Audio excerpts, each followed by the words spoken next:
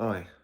So today we hear that Donald Trump and his wife have got the dreaded corona. But here's a prediction that I'm going to make here and now. I reckon in about 2 or 3 or 4 weeks' time, they are still going to be around, having only suffered the most minor of ailment. That's my prediction. I could well be wrong, and they could have it a lot worse.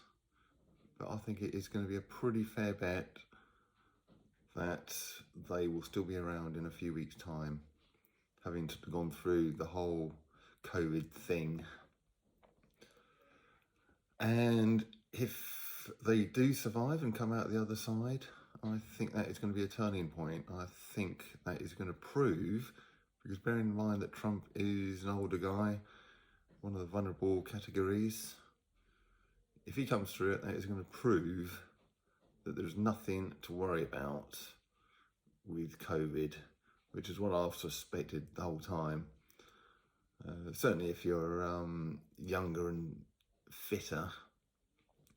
Yes, if you're older and more vulnerable, it would have been wise this whole time to have taken sensible precautions, not destroying the whole economy and destroying other people's lives, ensuring that people are going to get so depressed that they're going to commit suicide and all the rest of it. Sensible precautions.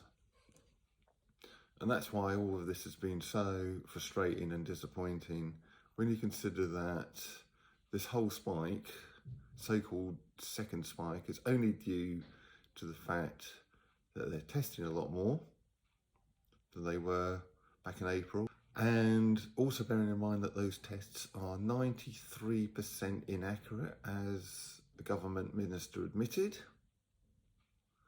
So that means for every positive case, or so-called COVID positive case, there's a 93% chance that it will be something other than COVID. It will be like just a cold or mild flu, normal flu, and only a 7% chance that it will be COVID.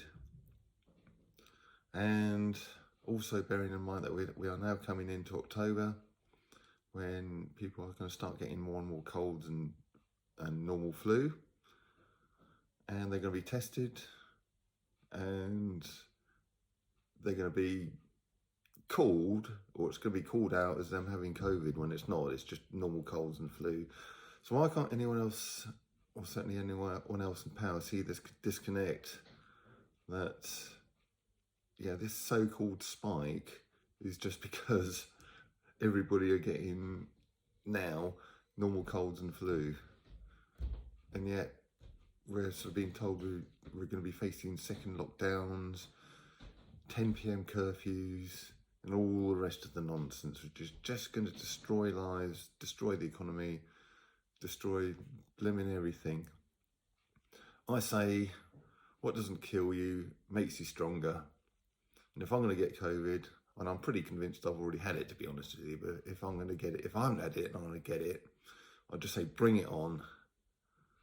99.99% chance that I'll survive anyway, even if I do get it. And hell, if I don't, if it gets me, well, that's life. There's a billion things out there that could get me. Many of them got more likelihood of sort of killing me than COVID. And I'm 56, so that probably means I'm a lot more likely to die of sort of heart attacks and all that kind of thing now than I have of COVID. But you just take sensible precautions to mitigate the risk, just like you do with everything else in life. So come on, what doesn't kill you makes you stronger. Let's just get back out there, get back to normal.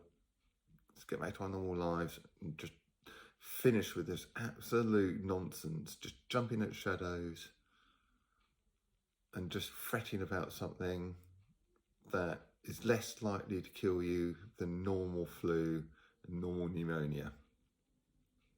So let's get back to it. Let's get back to work. Let's get back to our normal lives and just stop it. Okay, thanks for watching. Be back soon.